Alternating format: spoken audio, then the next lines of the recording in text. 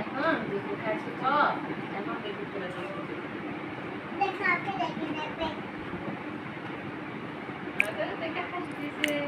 এটা দেখে তারপর কি দাম করে কি কত তো কোন আমি প্রশ্ন দেব দাঁড়াও একটা মিনিট ওকে নাম দিদি নিতে পারো এখন দিদি নিতে পারো দেখতে পারো